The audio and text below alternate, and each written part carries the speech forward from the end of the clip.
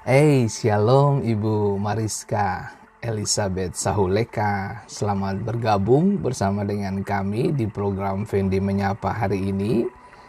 Kiranya sukacita dan damai sejahtera Tuhan turun bagi keluarga besar Sahuleka dimanapun berada, ya. Shalom juga buat istriku tercinta. Baik, Bapak Ibu yang diberkati Tuhan, kita sudah memasuki episode yang ke-89. Dan hari ini saya masih tetap melanjutkan kita berbicara tentang api kekudusan Tuhan. Dan saya berharap saudara memiliki catatan-catatan kecil di rumah untuk bisa mencatat poin-poin penting, karena hari ini materinya cukup padat, ya. Oke, baik.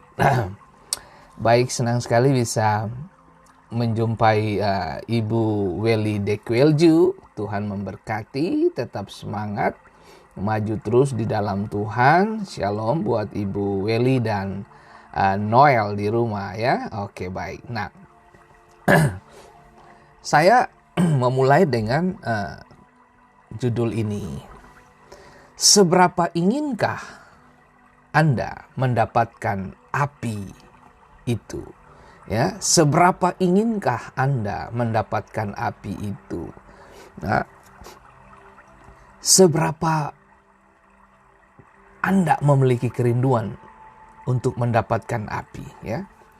Dan saya senang sekali bisa menyapa beberapa dari Anda di pagi ini, ya. Dan oke. Halo Ibu Fonda Kayadu, apa kabar? Ibu Pendeta Magdalena Purwaningsi, selamat bergabung di program ini.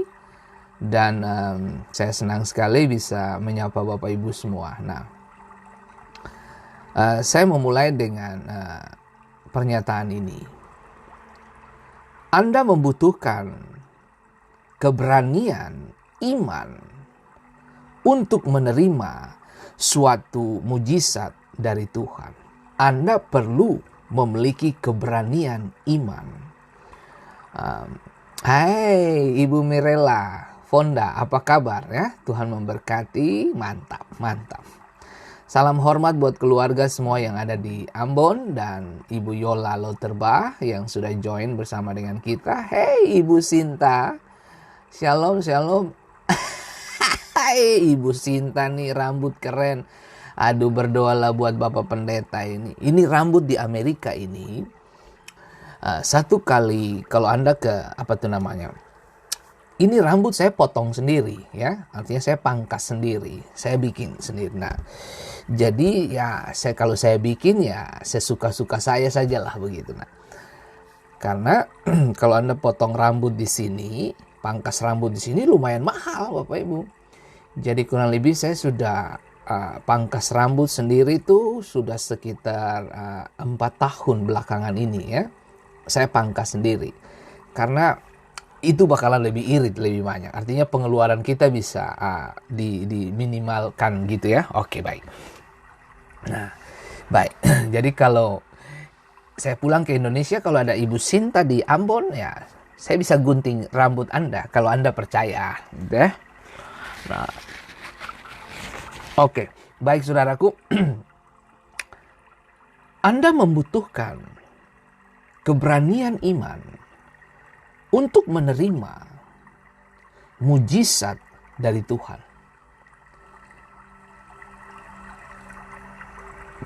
Banyak kita berani, oke. Tapi berani yang saya maksud di sini adalah keberanian iman.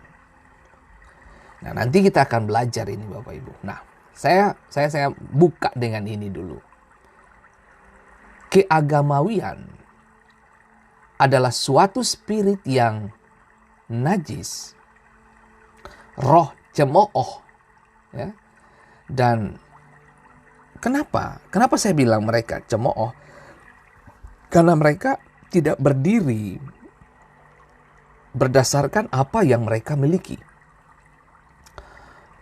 seperti ahli-ahli Taurat. Mereka punya hukum, tapi justru agama yang menggiring Yesus kepada penyaliban itu.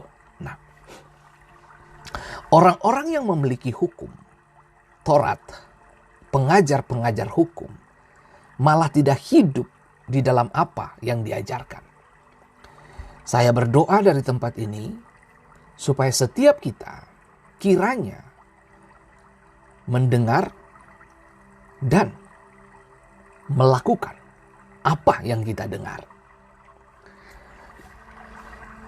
Iman yang sempurna itu datang karena Anda menghidupinya dari hari ke hari. Roma 10 ayat 17, iman datang dari pendengaran.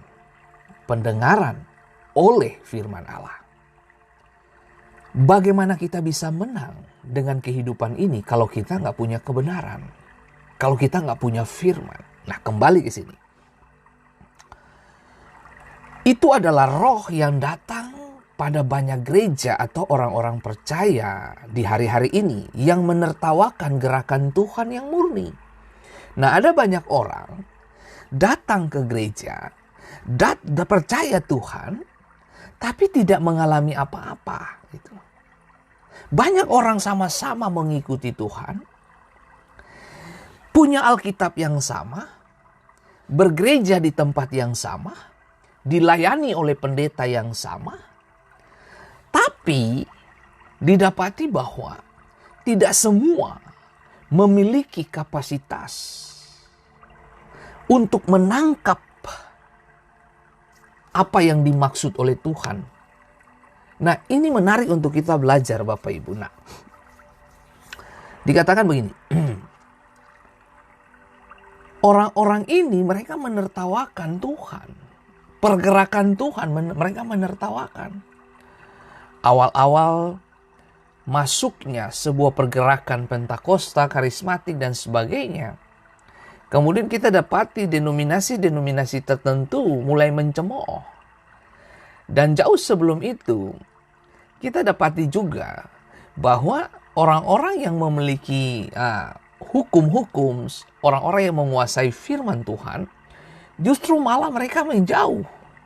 Nah, selamat bergabung untuk Ibu Sarlin Bakar Besi, Ibu Mona Saetapi, Shalom, dan Bapak Yosef Syekh Adam. Tuhan memberkati, tetap semangat di dalam Tuhan hari ini. Nah, coba Bapak Ibu perhatikan baik-baik. Nah, keagamawian ini itu adalah roh yang mengikat orang dengan rutinitas kosong. Anda ke gereja tapi pulang tanpa kuasa. Ada banyak orang punya Alkitab, tapi hidupnya tidak seperti yang Alkitab tulis. Anda punya agama, tapi Anda kehilangan kuasa.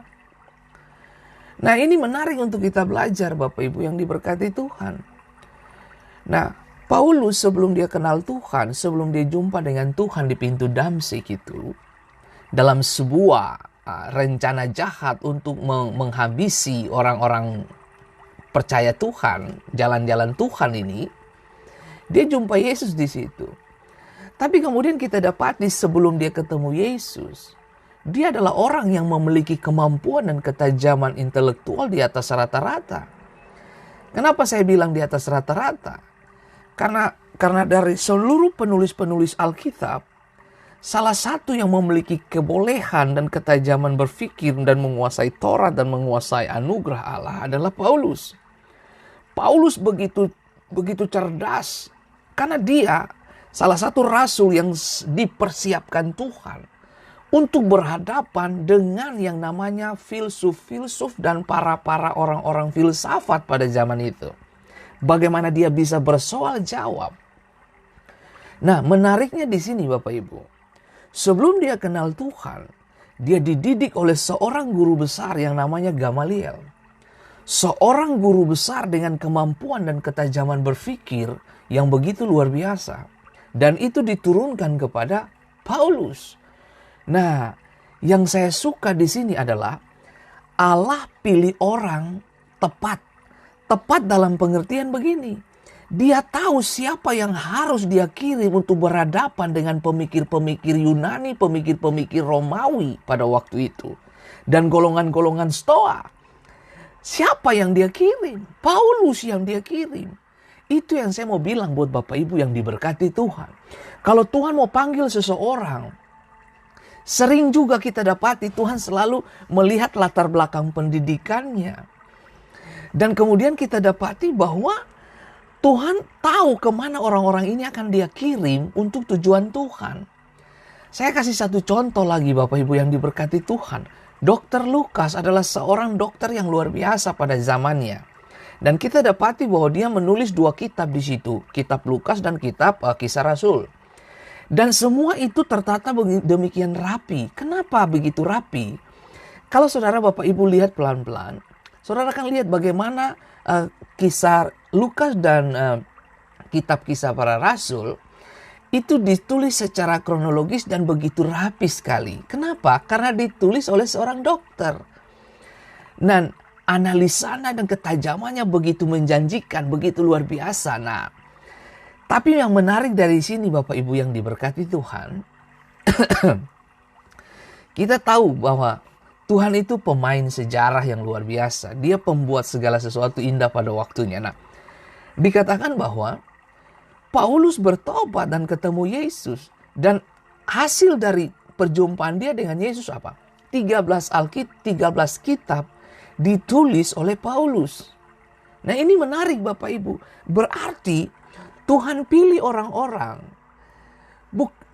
Tuhan tidak mengabaikan pendidikannya. Tapi Tuhan pakai pendidikannya juga untuk memuliakan Tuhan. Nah, lihat baik-baik Bapak Ibu. Saya kasih contoh lain lagi. Kalau Bapak Ibu perhatikan, waktu dengan orang-orang Majus, Tuhan memperlihatkan bintang, menunjukkan kepada ada seorang raja yang bakalan lahir. Kenapa untuk orang Majus, dia menunjukkan bintang? Sementara untuk para malaikat, dia mengutus malaikat. Sementara untuk para gembala, Allah mengutus para malaikat untuk berbicara. Hari ini telah lahir bagimu juru selamat di Bethlehem. Tinggalkan dan tengok ke sana. Nah dengar Tuhan bicara kepada masing-masing kita sesuai dengan kapasitas dan porsi kita masing-masing. Jadi kalau hari ini saudara makanya saya sering mengatakan, jangan cemburu dengan kapasitas orang-orang tertentu. Sebab Tuhan tahu persis siapa yang harus dia bicara. Ajak bicara, diskusi. Nah, untuk orang Majus Tuhan gunakan bintang. Kenapa? Karena orang-orang Majus ini orang-orang terdidik. Mereka jago astronomi. Mereka tahu persis tata letak bintang, matahari, bulan, dan sebagainya. Karena mereka adalah orang-orang jenius. Sementara di gembala, mereka hanya berkecimpung dengan yang namanya domba. Jual beli domba. Jadi untuk ilmu-ilmu astrologi itu mereka nggak terlalu kuasai. Nah ini yang saya mau bilang buat Bapak Ibu. Tuhan panggil seseorang berdasarkan, bahkan tidak mengabaikan pendidikan seseorang. Tuhan keren banget. Tuhan keren. Nah kita sekarang dapati bahwa kalau Bapak Ibu perhatikan baik-baik ya. Begitu Tuhan ngomong kepada para gembala lewat malaikat, mereka serta-merta langsung diterjemahkan sederhananya. Tapi kalau untuk orang cerdas, jalannya cukup jauh pendidikan yang bicara. Nah, saya mau mengingatkan Bapak Ibu, seharusnya orang-orang yang berpendidikan tinggi, mereka harus menemukan bintang mereka dalam pendidikan dan studi mereka. Seharusnya orang-orang cerdas, orang-orang yang berposisi pendidikan bagus, harus lebih banyak mencerna kebenaran ini dari sisi ilmu pengetahuannya. Nah, sungguh tetapi sangat disayangkan, banyak dari kita, tidak semua, kebanyakan dari kita yang cerdas, justru mencoba untuk menyelami Tuhan dengan pikiran-pikiran kita yang terbatas. Tapi menarik di sini Bapak Ibu, pengetahuan astronominya si orang-orang Majus ini, waktu mereka lihat bintang, itu mereka seperti melihat pewahyuan dalam ilmu pengetahuan. Bahwa ini nggak biasa bintang ini muncul. Pasti ada sesuatu yang besar datang dalam ini. Makanya saya bilang, kalau Anda studi, belajarlah melihat hal-hal wahyu di dalam pendidikanmu. Sebab di dalam setiap pendidikan jasmani atau pendidikan ilmu pengetahuan yang kamu tekuni, pasti ada titik di mana Tuhan bisa bicara kepada Anda. Dan Anda ketemu Tuhan di situ. Nah, oke. Lihat. Kemudian kita dapati lagi Bapak Ibu. Tuhan bicara kepada gembala-gembala ini. Dan jelas mereka langsung bergegas menuju ke Bethlehem. Dan ketemu Yesus di sana. Dan ingat baik. Dari mereka berdua ini, orang Majus dan gembala, mereka sama-sama berlutut di depan sang bayi. Nah, ini membuktikan bahwa orang cerdas dan orang terbawa tetap memiliki kesempatan untuk menyembah Tuhan yang sama. Nah, ini asik banget. Tuhan pemain kehidupan yang keren banget. Nah, kembali ke sini Bapak Ibu yang diberkati Tuhan. Nah, di Matius pasal 15 ayat 21 sampai 28, ini adalah sebuah contoh tentang perempuan Kanaan yang percaya, ya. Lalu Yesus pergi dari situ dan menyingkir ke daerah Tirus dan Sidon. Maka datanglah seorang perempuan Kanaan dari daerah itu dan berseru, "Kasihanilah aku ya Tuhan, anak Daud. Karena anakku perempuan kerasukan setan dan sangat menderita." Tetapi Yesus sama sekali tidak menjawabnya. Wow, ini keren ini. Dia sudah mulai dengan kalimat ini. Kasihanilah aku.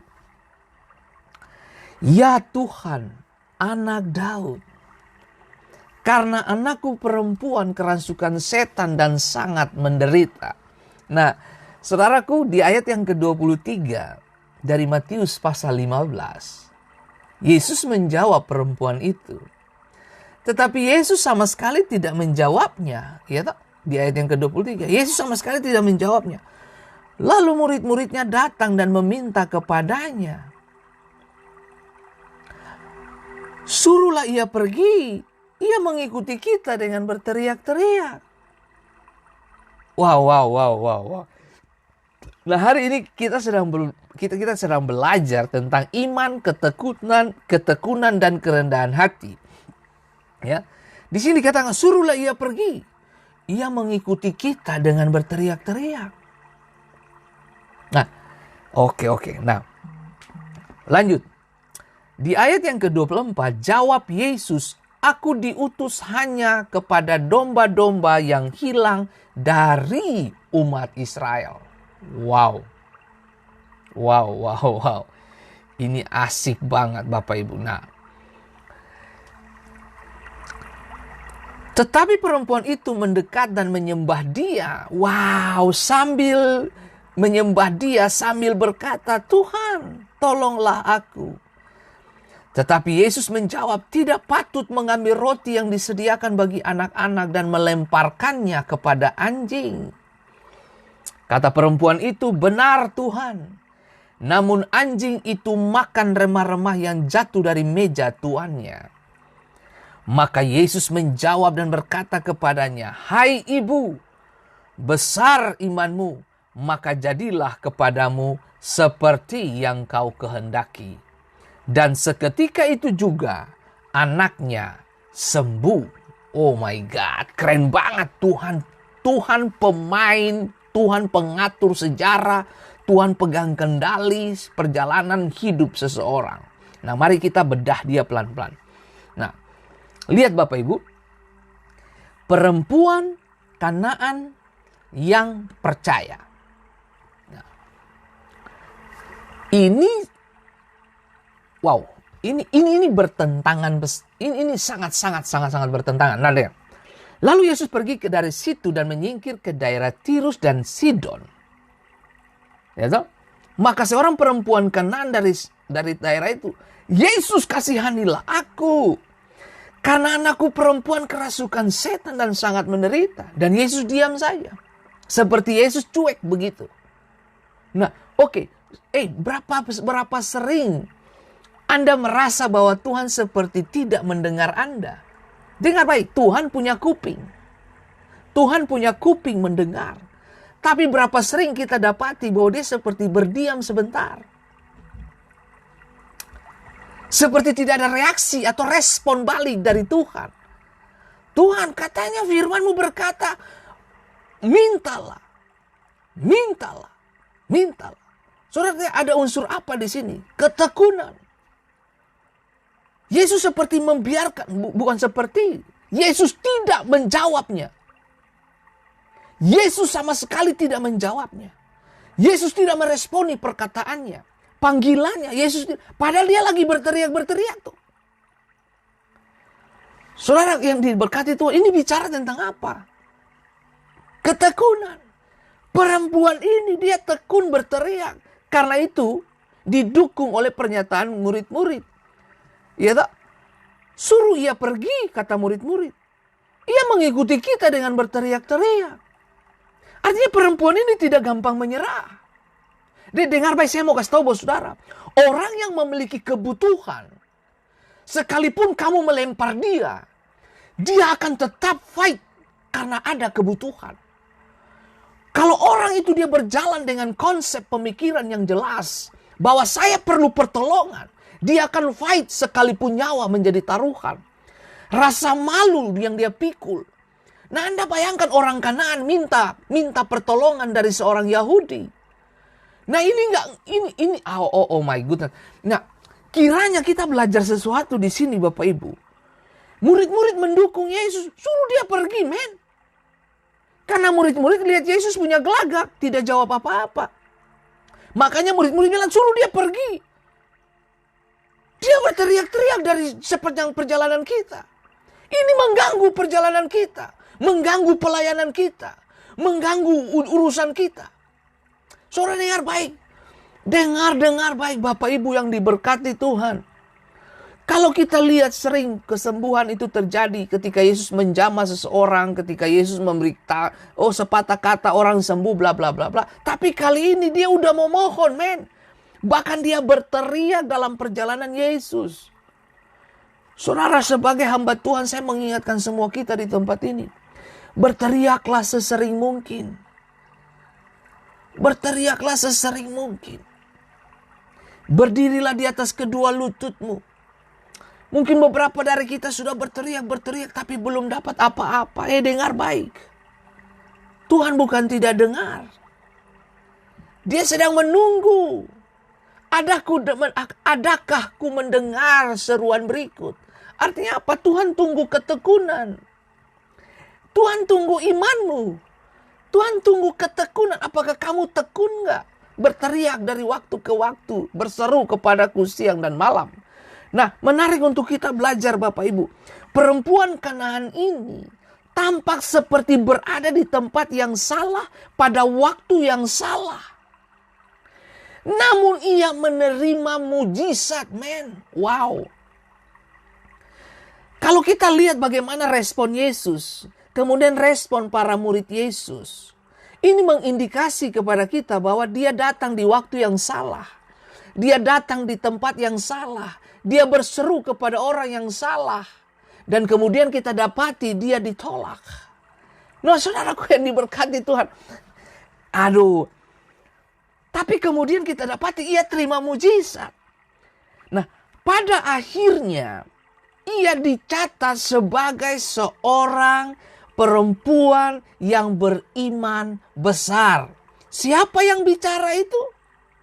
Yesus. Nah, coba lihat. Kemudian kita dapati Bapak Ibu yang diberkati Tuhan. Tetapi Yesus menjawab, tidak patut mengambil roti yang disediakan bagi anak-anak, melemparkannya kepada anjing. Wow. Oke, lihat. Terjemahan lain supaya Bapak Ibu bisa jelas.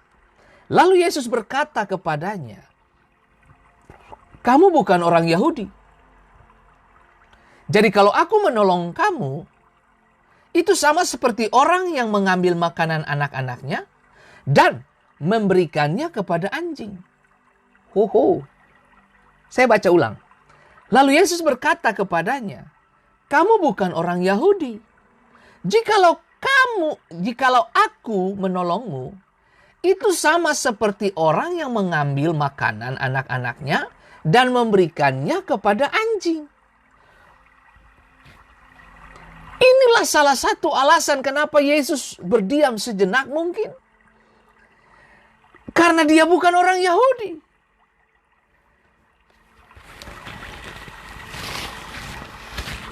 Karena Yesus bukan orang Yahudi. Karena wanita ini bukan orang Yahudi.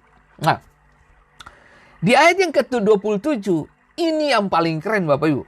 Kata perempuan itu, "Benar Tuhan. Namun anjing itu makan remah-remah yang jatuh dari meja tuannya." Terjemahan lain, supaya kita lebih jelas. Lalu ibu itu menjawab, "Benar Bapa. Biar anak-anak Yahudi makan lebih dulu." Dengar, biar anak-anak Yahudi makan lebih dulu. Tetapi biasanya anjing-anjing memakan sisa-sisa makanan yang jatuh dari meja tuan-tuan mereka. Oh, disinilah Yesus menemukan iman yang besar itu. Lihat, ayat 28. Maka Yesus menjawab dan berkata kepadanya, "Hai ibu, besar imanmu, maka jadilah kepadamu seperti yang kau kehendaki." My God, Tuhan keren. Dan seketika itu juga anaknya sembuh. Dalam nama Yesus, Anda yang pengen punya baby, dalam nama Yesus, beberapa dari kita yang kena sakit penyakit, dalam nama Yesus, beberapa dari Anda yang sedang galau karena putus cinta kekurangan ekonomi masalah rumah tangga dalam nama Yesus, berdirilah di atas iman dan ketekunan dan rendah hatilah untuk Tuhanmu. Perlihatkan konsistensi Anda, perlihatkan perlihatkan imanmu kepada Tuhan. Perlihatkan itu. Perempuan Kanaan ini tampak seperti ada dalam situasi, tempat, bahkan waktu yang salah. Tapi dengar baik, dia tidak menyerah. Dia perempuan yang fight dengan hidupnya. Lihat. Yeremia 29 ayat 13 dikatakan, apabila kamu mencari aku, maka kamu akan menemukan aku. Apabila kamu menanyakan aku dengan segenap hati.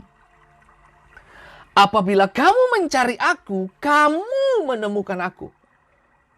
Apabila kamu menanyakan aku dengan segenap hati. Perempuan ini datang dengan seluruh kebutuhannya. Dia datang dengan semua apa yang bisa dia lakukan untuk anaknya. Nah, saudaraku yang diberkati Tuhan, ini memberi gambaran tentang iman perempuan ini. Bagaimana perempuan ini menerobosi ketidaknyamanan, menerobos yang namanya ketidakjawaban begitu. Tidak ada jawaban, bahkan terkesan diabaikan, bahkan ditolak. Tapi bagaimana dia masuk dan menerobos. Nah, lihat, dalam kisah ini, para murid terlihat sangat agamawi. Paling sering kita dapati murid-murid tidak membaca rekam jejak dari kehidupan gurunya. Ketika murid-murid datang kepada ketika anak-anak datang kepada Yesus, murid-murid juga yang menjadi penghalang. Jangan datang kepada Yesus. Murid-murid menolak itu. Nah, coba saudara lihat, bahkan yang lebih heboh lagi di dalam kasus ini, dia bilang ini orang mengganggu sekali perempuan ini. Suruh dia pergi, dia berteriak-teriak dalam perjalanan kita, mengganggu aktivitas spiritual kita, mengganggu perjalanan kita. Biarkan dia pergi. Nah, oke. Tapi 3 hal yang tadi saya sebutkan, iman, ketekunan, dan kerendahan hati perempuan ini punya. Dia konsisten dalam mengerjakan apa yang disebut dengan imannya dia. Nah, dengar. Para murid terlihat sangat agamawi banget ya. Bahkan ketika mereka berdiri di samping Kristus itu, mereka telah memiliki aturan-aturan dan agenda sendiri. Nah, murid-murid. Nah, kebanyakan dari orang Kristen, orang percaya, kita memiliki itu aturan-aturan atau semacam kita ciptakan strata sendiri bahwa you bukan orang percaya, you tidak boleh. Yesus datang untuk semua orang. Nah, tapi dalam kasus ini seperti Yesus seperti tidak menjawab apa-apa dari suara perempuan ini atau panggilan perempuan ini. Justru Yesus sedang menunjukkan kepada murid-murid dan dunia bahwa ini loh, Anda harus punya konsistensi hati seperti ini, terus menerus. Saudara harus minta terus menerus. Oh, ini keren banget. Lihat. Dibilang begini. Mereka telah memiliki aturan-aturan dan agenda sendiri. Ini murid-murid. Ada di Yesus, ada di samping Yesus, tapi tidak merekam. Sebab kalau kita belajar, murid-murid ini mereka perlu belajar banyak. Dan namanya juga murid perlu belajar, toh. Kesalahan itu biasa. Tapi buka hati untuk sebuah proses pembelajaran itu mahal. Karena tidak semua murid mau belajar. Ya toh, duduk di kelas tapi otak berkeliaran. Kan begitu. Nah, itu yang saya mau bilang buat saudara. Nah, lihat di sini gini. Mana tadi itu? Ketika ada kesombongan dalam hati, kita menjadi tersinggung jika sorga tidak memalingkan telinganya kepada kita. Nah, berapa sering dari kita seperti murid ini punya kesombongan atau angkuh spiritual sedikit begitu, sombong rohani begitu. Nah, mari saya kasih tahu. Kamu duduk dengan Yesus sama-sama, tapi kamu gak bisa merekam hati Tuhan tuh bagaimana? Kamu belajar sama-sama di bawah kaki Yesus. Kamu duduk mendengar, bahkan lihat mujizat sana-sini, tapi kamu gak bisa rekam perkataan dia itu bagaimana? Nah, ini yang saya bilang, yang mengkhawatirkan saya sebagai hamba Tuhan adalah, saya pendeta, saya punya Alkitab, saya punya pelayanan. Tapi kemudian saya didapati bahwa saya kehilangan yang disebut dengan tuntunan Tuhan. Itu paling parah bagi saya. Nah, saudaraku yang diberkati Tuhan, ini menarik untuk kita belajar. Ini murid-murid, gak ada angin, gak ada badai. Tuhan suruh dia pergi aja, ganggu kita ini. Hei, dengar baik saudaraku yang diberkati Tuhan, Anda dipanggil untuk urus orang-orang yang sering mengganggu Anda. Nah, tahukah saudara bahwa kehidupan kekristenan itu kehidupan yang tidak terlepas dengan gangguan? Mari saya kasih tahu. Coba beritahu kepada saya, kapan terakhir murid-murid tidur begitu nyenyak untuk terima semua yang baik-baik saja? No, mereka diganggu sana-sini. Bahkan kesimpulan akhir mereka mati semua dianiaya. Mati dengan keadaan tragis. Kecuali salah satu murid, Yohanes, yang mati karena usia tua. Nah, ini semua memberitahu kepada semua kita di tempat ini bahwa please deh, ikut Yesus itu tidak seenak yang Anda pikirkan. You harus setiap hari bunuh daging, matikan daging, keinginan daging. Nah, kamu harus fight dengan hidup ini. You have to fight dengan hidupmu. Kamu harus fight dengan perjalananmu. Anda nggak bisa, dengar, Anda tidak bisa berlayar dengan iman orang lain. Pendetamu bisa mengajarkan kamu kebenaran, tapi kamu yang harus berjalan dan membuktikan apa yang dikatakan itu menjadi benar atas hidupmu. Perempuan yang memiliki kematian suaminya itu didapati dua anaknya mau dijadikan budak. Dia datang kepada Nabi Elia. Elia perintahkan sederhana. Apa yang ada di rumahmu? Buli-buli berisi minyak. Tutup pintu, minta bejana-bejana, tutup dan berdoa di sana, tuangkan minyak. Dan Alkitab berkata, Elia bukan pergi bantu tuh perempuan, no. Dia berjalan berdasarkan ketaatan akan kebenaran Allah. Mujizat ada di ruang doamu. Makanya saya mau bilang, kalau Hari ini dunia terasa sempit bagi kamu. Ada pembatasan-pembatasan sosial di mana-mana. Ini kesempatan untuk kamu berteriak kepada sorga di dalam kamarmu.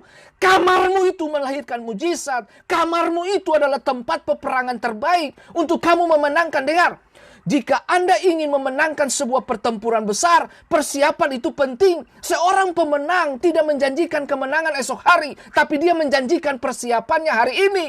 Karena persiapanmu hari ini menentukan kemenanganmu. Persiapan hari ini menentukan masa depanmu. Persiapan hari ini menentukan apa yang tidak pernah kamu pikirkan sebelumnya. Wanita ini dia masuk ke kamar tuangkan minyak. Buli-buli berisi minyak kok. Nah, oke. Dengar, janda di Sarfat itu tepung di dalam tempayan tidak habis-habis. Minyak dalam buli-buli nggak habis-habis. Karena dia taat olah untuk Elia. Segala sesuatu mungkin bagi Allah. Pertanyaan saya adalah, berapa banyak dan berapa sering dari kita kehilangan kekuatan Tuhan? Kamu lumpuh dalam penglihatan, kamu lumpuh dalam pendengaran. Kenapa? Karena imanmu kamu nggak buka hatimu. Hey, listen, dengarkan ini baik-baik. Kita ini semua manusia daging, jatuh dalam dosa. Kita semua mau yang oke-oke aja. Hei, dengar baik saudaraku yang diberkati Tuhan. Ayub adalah catatan sejarah kehidupan dari seorang manusia yang berjalan dengan cara Tuhan yang tidak biasa. Ayub benar-benar dilumpuhkan, saya kasih tahu. Dia dilumpuhkan dengan cara apa? Dia dilumpuhkan, ekonominya diambil. Apalagi kekayaan diambil. Apalagi istri, teman tidur, teman hidup berbagi. Menyangkal Tuhan. Kesimpulan akhir apa? Roma roboh, semua selesai, kena penyakit dia. Tapi kemudian kita dapati kalimat terakhirnya Ayub apa?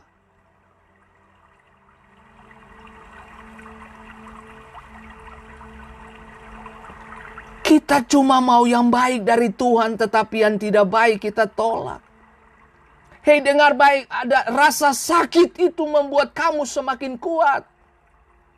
Justru banyak penyakit datang, itu membuka kecerdasan pengetahuan makin bertambah.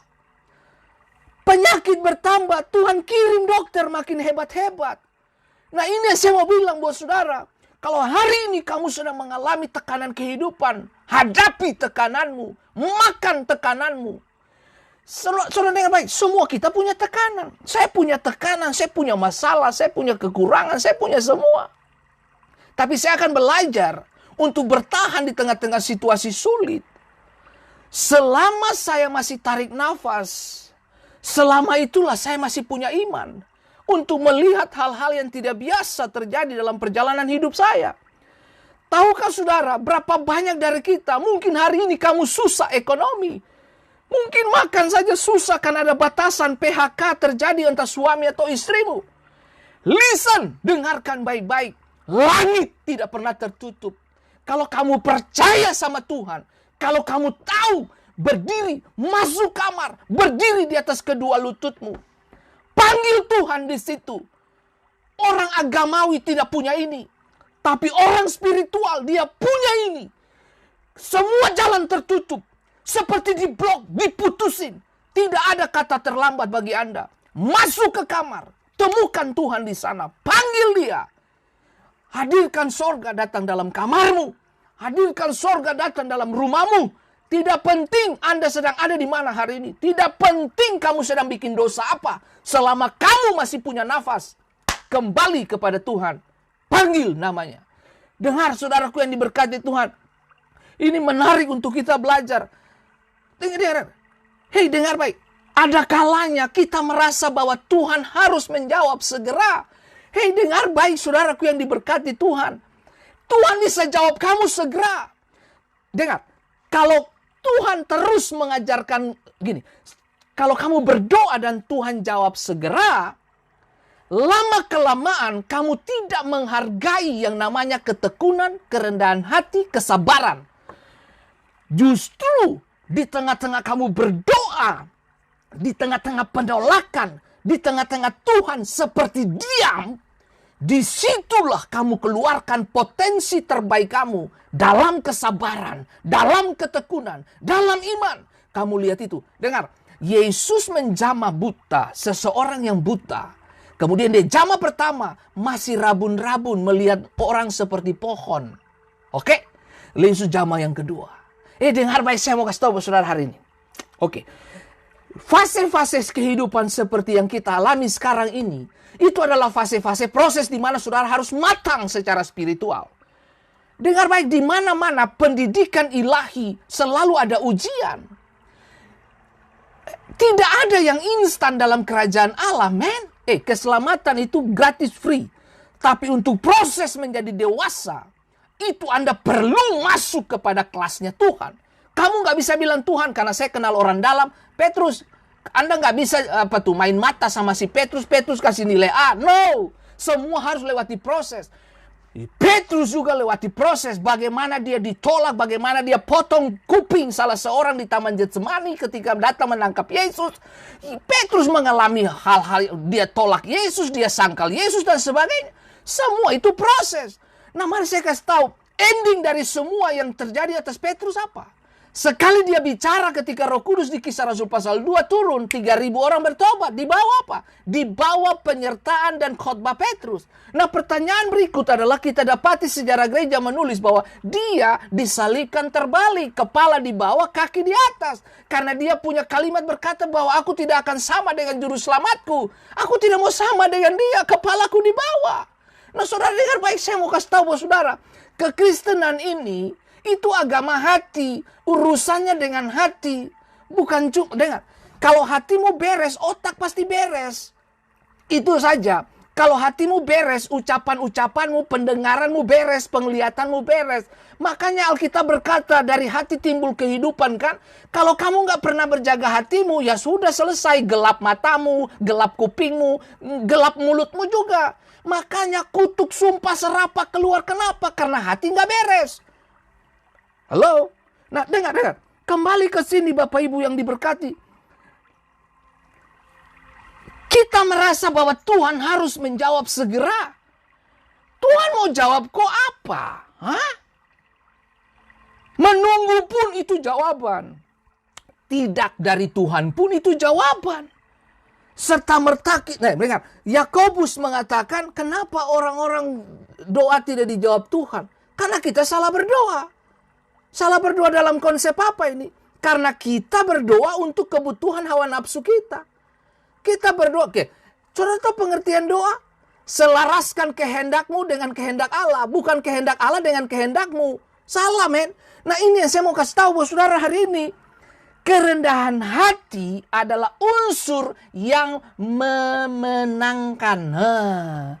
Kerendahan hati adalah unsur kemenangan. Di dalam ayat yang ke-27, Bapak Ibu lihat, kata perempuan itu benar Tuhan. Namun anjing itu makan remah-remah yang jatuh dari meja tuannya. Saya baca terjemahan lain. Lalu ibu itu menjawab, benar Bapa, biar anak-anak Yahudi makan lebih dulu. Dia tahu itu persis. Bahwa Yesus datang untuk orang-orang Yahudi. Dia tahu persis itu. Dia bilang, gak apa-apa. Biar anak-anak Yahudi makan lebih dulu. Biar mereka dapatkan yang terbaik dulu. Tapi dengar. Saya tunggu saja remah dari meja mereka yang jatuh. Itu cukup untuk mengerjakan hal yang tidak biasa di dalam aku. So, dengar baik saudaraku yang diberkati Tuhan. Tidak penting kamu situasi sulit seperti apa yang kamu hadapi. Tidak penting. Selagi masih ada nafas, kamu masih mencicipi kebaikan Tuhan. Please, kembali kepada Tuhan. Seperti perempuan Kanaan itu, kita juga membutuhkan iman dan ketekunan. Seperti perempuan Kanaan itu, kita perlu iman yang menggerakkan keberanian iman. Itu nggak gampang. Dengar, kisah ketekunan diulang-ulang terus dalam Alkitab. Harus remuk hancur hati serta penanggalan kesombongan dan ketergantungan diri. Kita perlu bergantung kepada Tuhan. Jadi kenapa Anda berdoa? Saudara tahu definisi berdoa apa? Kamu bergantung kepada tangan yang lebih kuat. Kamu bergantung kepada pribadi yang dapat diandalkan. Makanya kamu berdoa. Orang yang gak berdoa adalah orang yang tidak rendah hati. Itu aja. Saudara dengar baik. Orang yang sering berdoa itu orang yang rendah hati. Kenapa? Karena dia tahu dia tidak bisa bikin apa-apa. Kecuali tangan Tuhan yang turun kepadanya. Dengar Bapak Ibu yang diberkati Tuhan. Apapun alasan yang kamu sedang hadapi hari ini. Persoalan kayak apa, kayak terserahlah apalah. Tapi saya mau kasih tahu, saya mau mengingatkan Anda hari ini. Kalau kamu masih bisa bernafas hari ini, berarti Tuhan pengen doa-doa dalam ketajaman spiritual, keberanian iman muncul dari sana. Tidak peduli program penginjilan mana yang kita pilih. Unsur pertama dan terutama adalah mencari Tuhan dengan iman, ketekunan, dan kerendahan hati. Makanya saudara dengar baik. Pengakuan Yesus kepada perempuan ini. Iman sebesar ini, men. Aduh, Tuhan Yesus. Aduh. Oke. Kita kembali ke sini. Maka Yesus menjawab dan berkata kepadanya, "Hai ibu, besar imanmu." Dengar, besar imanmu. Oh my God. Tuhan ngomong itu kepada perempuan Kanaan. Oh. Tuhan ngomong, tidak peduli program penginjilan mana yang kita pilih. Unsur pertama dan terutama adalah mencari Tuhan. Pak Pendeta, kita cari Tuhan, Tuhan hilangkah? Bukan Tuhan hilang. You yang hilang. Kamu yang hilang. Nah, oke. Dari mana bukti bahwa kita hilang, Pak Pendeta? Oh, lihat, baca. Kejadian pasal 3, ketika Adam dan Hawa jatuh dalam dosa, manusia Adam dan Hawa tidak berikhtiar untuk mencari Tuhan. Justru mereka bersembunyi dan membuat konsep sendiri, bangun penata layanan sendiri, bikin pakaian dari pohon ara. Itukah konsep? Itu kan ide manusia.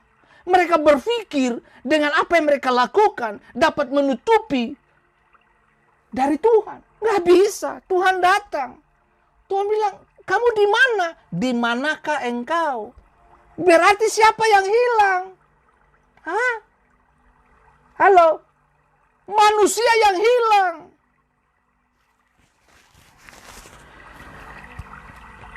Waktu kejatuhan di Adam dan Hawa dalam dosa, mereka nggak punya kemauan untuk cari Tuhan, malah bersembunyi. Dengar langkah Tuhan, mereka lari bersembunyi. Mereka nggak hadapi. Dengar baik hari ini. Mentalitasmu jangan seperti Adam dan Hawa. Begitu dengar langkah Tuhan, lari bersembunyi. No, kalau hari ini kamu bikin dosa, beranilah datang seperti perempuan Kanaan ini. Guru, kasihanilah aku, anakku sakit itu. Kau tolonglah. Coba lihat. Mari saya mau kasih tahu. Ini menarik untuk kita belajar, dengar. Tidak peduli program gereja apa yang sedang saudara sodorkan. Yang paling penting di sini adalah, dengar baik, semua program gereja itu baik, ya. Itu bagus, baik. Tapi dengar baik, saya mau kasih tahu saudara. Jangan bangun semua ide-ide kamu lalu minta Tuhan bersetuju dengan Anda. Dengar baik, saya kasih tahu. Belajar untuk mencari Tuhan dan kehendaknya lebih dulu. Oke, lihat. Tidak peduli program penginjilan mana yang kita pilih. Unsur pertama adalah kita cari Tuhan. Dengan apa? Iman, ketekunan, dan kerendahan hati. Saya kasih contoh hari ini, Nuh. Nuh itu seorang yang keren banget. Kejadian pasal 6, dia mendapat kasih karunia dari Allah. Karena dia dilihat oleh Tuhan berbeda dengan orang-orang pada zamannya. Nah, sekali lagi saya mau kasih tahu saudara. Panggilan Tuhan bagi kita adalah panggilan perbedaan. Oke? Bukan persamaan. You dan saya dilahirkan, diciptakan bukan untuk sama dengan dunia. Kita tinggal di dunia ini, tapi kita punya pola pikir dan cara pandang dan cara hidup, cara ucap, cara mendengar, cara melihat, cara merasa harus berbeda dari yang dunia sodorkan. Oke? Dunia berkata bahwa kalau Anda ingin kekuasaan, Anda harus bayar sana, bayar sini. Tapi Yesus berkata, dengar, kalau Anda ingin kebesaran, dengar, melayani. Kebesaran tidak datang karena bakat. Tapi kebesaran Tuhan datang kepada hidupmu karena kamu melayani. Itu aja.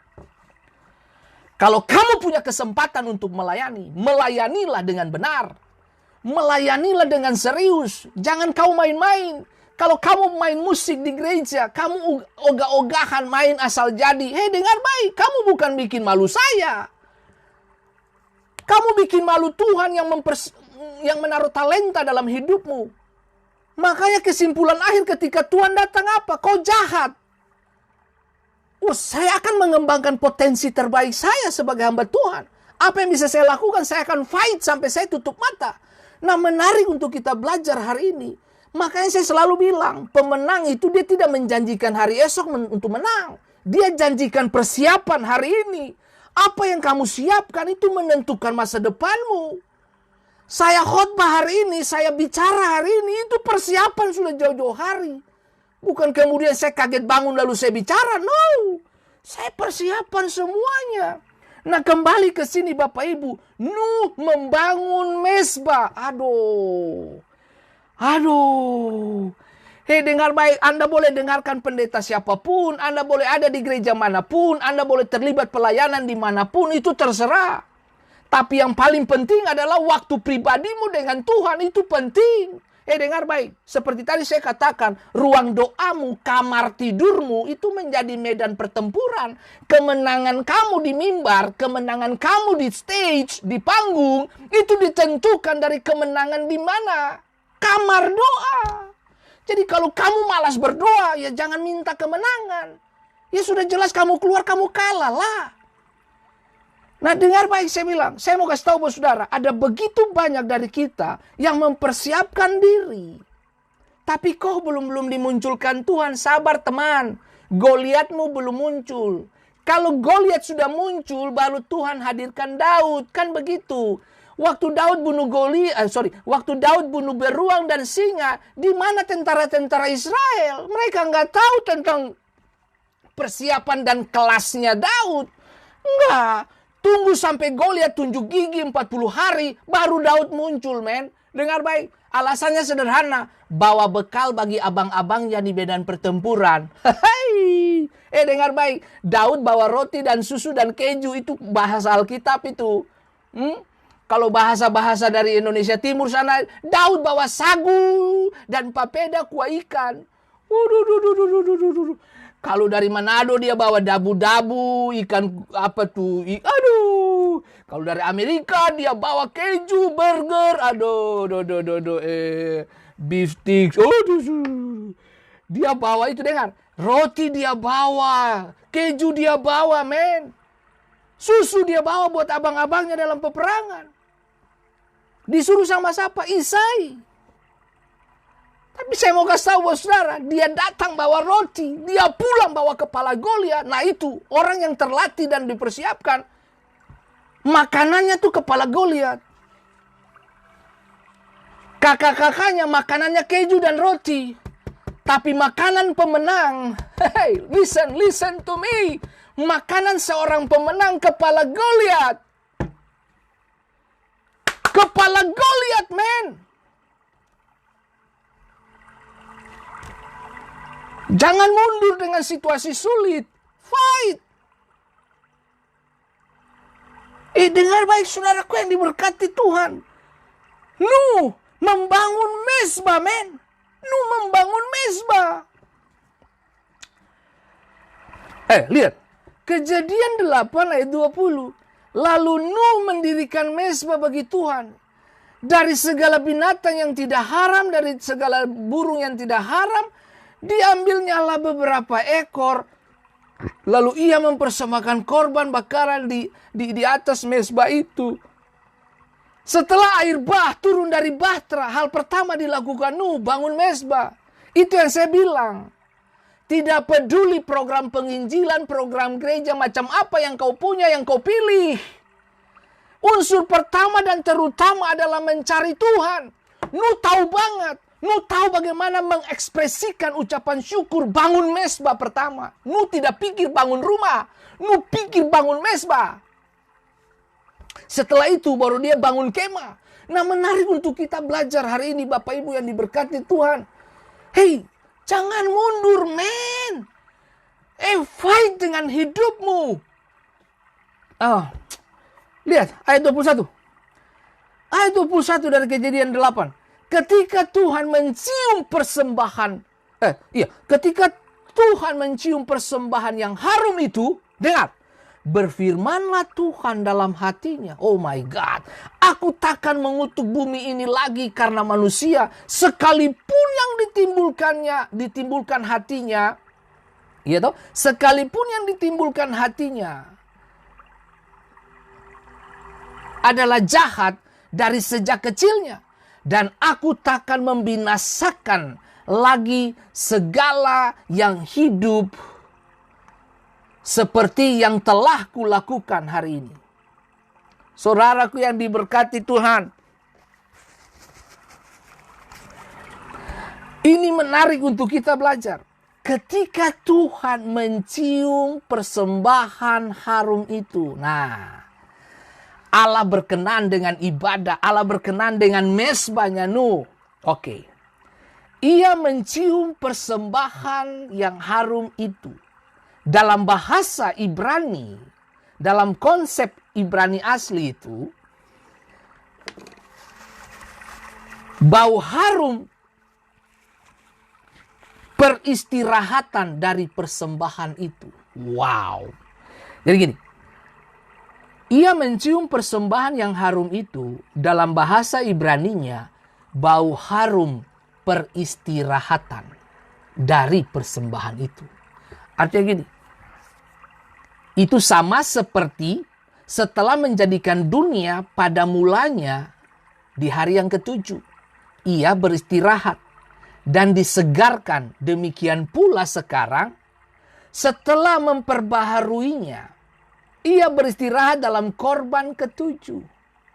Gini, setelah air bah membersihkan bumi, semua yang hidup dalam dosa semuanya habis. Kemudian kita dapati bahwa Nuh bangun mesbah. Dan waktu Tuhan hirup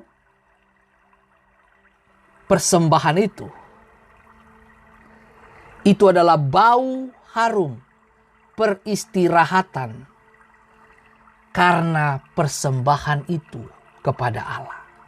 Jadi seperti Tuhan hirup istirahat gitu, seperti Tuhan waktu cium, dia seperti istirahat, hatinya lega karena Nuh memulai di bumi yang telah dibersihkan, dia memulai dengan mesbah kepada Tuhan. Turun dari bahtera, mesbah yang dia bangun. Dengarkan baik-baik. Kalau Bapak Ibu dan saya kita baca Kejadian pasal 6, 7, 8 ya toh, dan 9 dan seterusnya, saudara kan ketemu begini. Waktu mereka turun dari bah, mereka bangun mesbah, bla bla bla bla. Dengar. Nuh mempersembahkan apa? Korban binatang. Diambilnya beberapa ekor, berarti bukan satu. Ya, ada beberapa ekor sebagai apa? Korban bakaran di mesbah itu. Nah, ingat baik Bapak Ibu yang diberkati Tuhan. Binatang yang keluar dari bahtera itu terbatas jumlahnya. Karena yang masuk berpasang-pasangan. Tapi anehnya, Nuh bisa mengambil beberapa ekor dari mereka untuk dipersembahkan kepada Tuhan.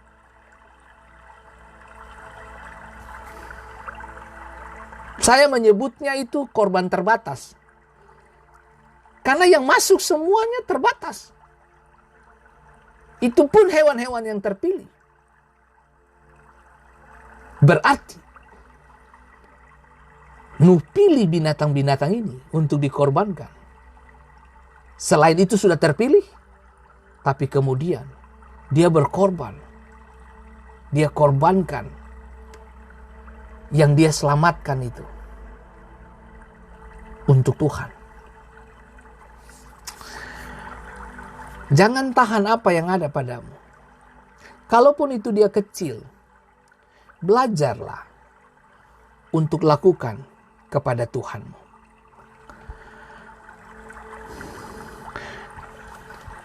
Nuh berkenan banget sama Tuhan. Meskipun korbannya sedikit, itu sesuai dengan kemampuannya Nuh. Dan Allah menerimanya, men. Setelah membuat murkanya berdiam atas dunia orang-orang berdosa, disinilah ia membuat kasihnya berdiam atas sedikit orang percaya yang tersisa ini. 8 orang yang luput dari air bah. Menarik untuk kita belajar hari ini. Saya tidak tahu berapa banyak dari saudara yang memiliki kehidupan masa lalu yang suram mungkin. Tapi Tuhan punya agenda masing-masing kita. Lihat. Ayat 28 dari Kejadian pasal 8. Selama bumi ada, takkan berhenti-henti musim menabur dan menuai, dingin dan panas. Ini menandakan apa yang kamu tabur, itu yang kamu tuai. Kalau kamu tabur hidupmu di mesbah, kamu akan tuai kehidupan. Kalau kamu tabur kehidupanmu dalam ibadah-ibadah spiritual kamu akan lihat bagaimana Tuhan berperkara dengan hidupmu. Jangan mundur Bapak Ibu. Please jangan mundur. Pandemik ini akan berlalu. Hanya orang-orang yang tinggal di rumah dan membangun mesbahnya, mereka akan lihat penyertaan Tuhan. Hormati keputusan pemerintah. Doakan pemerintah. Terlebih doakan tenaga-tenaga medis. Dengar saya kasih tahu bos saudara hari ini. Jangan maki-maki pemerintah. Jangan kutuk-kutuk tenaga medis. Dengar, jangan. Stop, jaga mulutmu di tengah-tengah situasi pandemik ini. Jaga hatimu. Sebab mereka ditugaskan Tuhan untuk merawat sebuah bangsa. Dan dengar baik apa andil Anda sebagai seorang warga negara. Yang you harus lakukan adalah berdoalah buat pemerintahanmu. Berdoalah buat pemerintah. Berdoalah buat orang yang di atas kamu. Jangan pernah mengutuk pemerintah. Jangan pernah mengutuk orang-orang yang bagian kesehatan. Berdoa buat mereka. Dengar baik. Mereka berani tinggalkan keluarga, istri, anak untuk menyelamatkan sekian banyak orang. Tapi kalau kamu tidak berdoa buat mereka, ada something wrong terhadap dirimu. Ada yang salah dengan dirimu. Berdoalah buat para dokter, tenaga medis, semuanya. Berdoa. Mereka yang ada di barisan terdepan dari penanggulangan COVID-19 ini. Bapak Ibu dengarkan baik-baik. Berdoalah buat mereka. Nah, dengar. Apa yang kamu tabur, itu yang kamu tuai. Dengar. Ini terakhir ini khotbah terakhir tentang apinya Tuhan ini ya. Nah, lihat. Dibilang gini. Saya merangkum semuanya dari pembicaraan saya selama minggu kemarin, ya. Ada 3 dimensi dinamis di mana kita dapat hidup dalam kekuatan api Roh Kudus itu. Yang pertama, jadilah pencari api. Sama seperti perempuan ini. Karena kebutuhan, anak pingin disembuhkan karena kerasukan setan. Dia menjadi seorang yang mencari api Tuhan. Dia datangi Yesus. Dan Yesus tidak menjawab sama sekali. Bahkan murid-murid datang dengan spirit agama. Suruh dia pulang, dia berteriak, dia ganggu pelayanan kita, dia ganggu aktivitas, dia ganggu program kita. Gitu. Jadikan ini sebagai perjalanan panjang untuk mencari Tuhan. Artinya gini, jadilah pencari api. Dan kiranya saudara terus mencari api. Carilah sorga. Kalau sorga masih berdiam, berteriaklah. Sama seperti Bartimeus yang buta duduk di pinggir jalan. Yesus anak Daud kasihanilah aku. Yesus anak Daud kasihanilah aku. Orang-orang banyak bilang diam dan tenang, jangan ribut. Yesus sedang melakukan programnya. Yesus sedang melakukan aktivitasnya. Kamu jangan ganggu, jangan jadi pengganggu. Wah, dia teriak tambah kencang. Semakin dilarang, semakin dia kencang teriaknya. Kesimpulan akhir, Yesus berhenti dan berkata, "You mau apa, bos?" "Gue pengen lihat Tuhan." "Oke, pleng, jadi melihat." Nah, saudara dengar baik. Apa? Hari ini jadilah pencari api. Siapa lagi? Sakeus. Siapa Sakeus? Itu manusia-manusia pencari api. Ketika semua penghalang-penghalang datang dalam hidupnya, buru-buru dia naik pohon ara, men. Itu orang-orang yang mencari api. Ketemu Yesus, kesimpulan akhir, satu kota Yeriko dapat makan dari Sakeus. Kenapa? Karena dia mengembalikan 4 kali lipat. Kemudian dia perhatikan orang-orang miskin. Keren kan? Nah gitu. Nah oke, lihat. Jadilah pembawa api. Yang pertama, jadilah pencari api. Yang kedua, jadilah pembawa api. Murid-murid gak jadi pembawa api. Mereka ada di samping Yesus, tapi nggak tahu itu api kah, sumbu mati kah, bagaimana kah ini murid-murid mau jadi apa? Tapi sudahlah, kesimpulan akhir mereka semua mati karena Yesus toh, maksudnya mati karena penginjilan bla bla bla bla. Mereka semua dapat mahkota begitu kah? Nah, tapi mari saya kasih tahu, perjalanan hidup itu kan proses, men. Nah, oke. Jadilah pembawa api. Izinkan Roh Kudus turun atasmu dengan penuh kuasa untuk melakukan penetrasi ke dalam kehidupan sesamamu. Nuh membangun mezbah. Dia menjadi pembawa api, keren banget. Dia bangun mezbah setelah air bah turun dari bahtera, hal pertama dilakukan membangun mezbah. Keren banget Tuhan itu. Aduh, Tuhan pilih orang paling keren. Lalu hal yang ketiga, saudara. Terbawalah oleh api. Terbawalah oleh api. Sampai pada satu titik di mana Anda begitu berserah kepada Tuhan sehingga ia tidak menemukan adanya penolakan. Terbawalah oleh api. Artinya begini, kamu mengalir terus dengan cara Tuhan, jangan cara manusia. Gunakan cara Tuhan.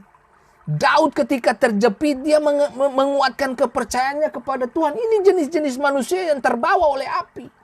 Elia yang ada dalam tekanan, dikejar-kejar Isabel, tapi tetap terbawa oleh api sampai ending-endingnya puncak di Karmel itu menentukan sejarah ibadah Israel berubah. Kenapa? Karena ada laki-laki yang terbawa oleh api. Elia.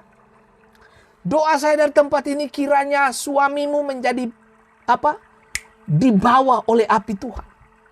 Doa saya dari tempat ini, kiranya istrimu dibawa oleh api Tuhan. Kiranya setiap kita yang mendengarkan program ini, kita dibawa oleh api Tuhan. Kita dibawa oleh tuntunan Tuhan. Kita digiring masuk kepada kehendak dan rencana besar Tuhan. Tuhan memberkati Anda. Sampai jumpa di esok hari dalam program dan waktu yang sama. Tuhan memberkati kita semua. Satukan hati, dengar baik 3 hal ini tadi saudaraku. Yang kita bicara tentang dinamis itu. Yaitu dari kata dunamis. Ledakan besar, kuasa dengan ledakan besar. Dengar baik. Jadilah pencari api. Yang kedua, jadilah pembawa api. Dan yang ketiga, terbawalah oleh api. Tuhan memberkati kita. Maju terus di dalam Tuhan. Raih kemenangan-kemenangan penting bersama dengan Yesus. Dan sebelum kita mengakhiri pembicaraan kita di pagi ini, mari kita satu di dalam doa. Bapa yang baik, datanglah kerajaan-Mu, jadilah kehendak-Mu di bumi seperti di surga. Berikan kami hati dan telinga seorang murid untuk merekam perkataan Tuhan dan menyimpan dan melakukannya dalam keseharian kami. Tuhan, tolong kami untuk kami menghidupi Yesus dengan cara-cara yang tidak biasa. Dan Tuhan, tolong kami. Roh Kudus, urapi seluruh perjalanan hidup percaya kami. Dan aku percaya Engkau tidak pernah curang. Dan dari tempat ini Tuhan, kami perkatakan mujizat Bapa terjadi atas semua para ibu yang sedang menunggu janin dalam rahim mereka. Ada baby, bakaran waktunya akan keluar di tahun depan. Anak-anak ini diurapi untuk kepentingan Tuhan. Dan aku berdoa dalam nama Yesus, beberapa dari Anda yang mungkin COVID, kami perkatakan sembuh pulih dalam nama Yesus. Dan Tuhan, kami berdoa darah-Mu berkuasa melindungi keluarga demi keluarga. Dan darah-Mu terus mengerjakan hal-hal yang tidak biasa. Kami berdoa untuk salah satu keluarga yang sedang mengalami COVID di daerah Indonesia. Tuhan berkati dan Tuhan tolong. Jamah dan sembuhkan Tuhan. Berkati istri, suami, bahkan anak, Tuhan diberkati. Sembuhkan dalam nama Yesus. Dan kami perkatakan hari ini Tuhan, ada mujizat-Mu bagi beberapa ibu yang sedang mengalami kanker payudara. Aku perkatakan kering di dalam nama Yesus. Jangan berhenti berseru, hai ibu-ibu. Sebab padamu ada kekuatan iman, keberanian iman seperti perempuan Kanaan ini. Tuhan tolong kami dalam nama Tuhan Yesus Kristus. Dan dari tempat ini Tuhan, hamba berdoa khusus Tuhan Yesus buat Ibu Oci Wali-Wali. Tuhan berkati keluarga ini, Tuhan urapi keluarga ini, buat mereka terus bercahaya bagi kemuliaan Tuhan. Dan aku berdoa khusus Tuhan untuk Bapak Jonathan dan Ibu Imel. Tuhan pakai keluarga ini, urapi mereka untuk kepentingan Bapak. Tuhan, buat mereka bercahaya bagi kemuliaan Bapa. Dan Tuhan tolong Roh Kudus dimanapun mereka berada, biarlah mereka membawa hati Tuhan.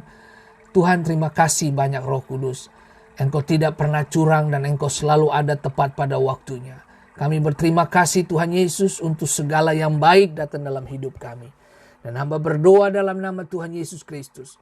Aku berdoa memberkati untuk saudara kami, Larry Lekatompesi. Tuhan Yesus tolong Roh Kudus berkati hamba-Mu, urapi dia bersama dengan istri Oli. Tuhan berkati. Dan aku percaya Tuhan, Engkau tidak pernah terlambat Bapa di surga. Dan aku berdoa khusus untuk Ibu Nona Saurila. Tuhan berkati Bapak Chris di rumah. Tuhan berkati. Terima kasih banyak Bapa di surga. Dan Bapa berkat yang sama turun untuk keluarga besar Ibu Mona Saitapi, Ibu Novi Maulani, Ibu Sinta M. Tuhan berkati. Dan Tuhan Ibu Salina Laberi bersama dengan istri dan anak-anak. Ibu Desi Simatau, Tuhan berkati dan urapi. Ibu Helena Tomasoa, Tuhan berkati dan urapi. Terima kasih banyak Bapak. Semua orang yang terlibat yang tidak bisa kusebutkan namanya satu persatu, Tuhan tolong dan Tuhan urapi. Dan aku berdoa khusus juga untuk Ibu Ans Adam. Tuhan pakai hamba-Mu, biar kemuliaan Allah terbit atas hamba-Mu ini. Terima kasih Roh Kudus. Dalam Yesus kami telah berdoa dan mengucap syukur. Haleluya. Amin. Tuhan memberkati Bapak Ibu semua. Jadilah berkat dimanapun Bapak Ibu berada. Ingat baik 3 hal tadi. Jadilah pencari api. Jadilah pembawa api. Terbawalah oleh api. Tuhan memberkati kita semua. Maju terus. Nikmati anugerah dan kebesaran Tuhan. Dari waktu ke waktu. Shalom. Jaga kesehatan.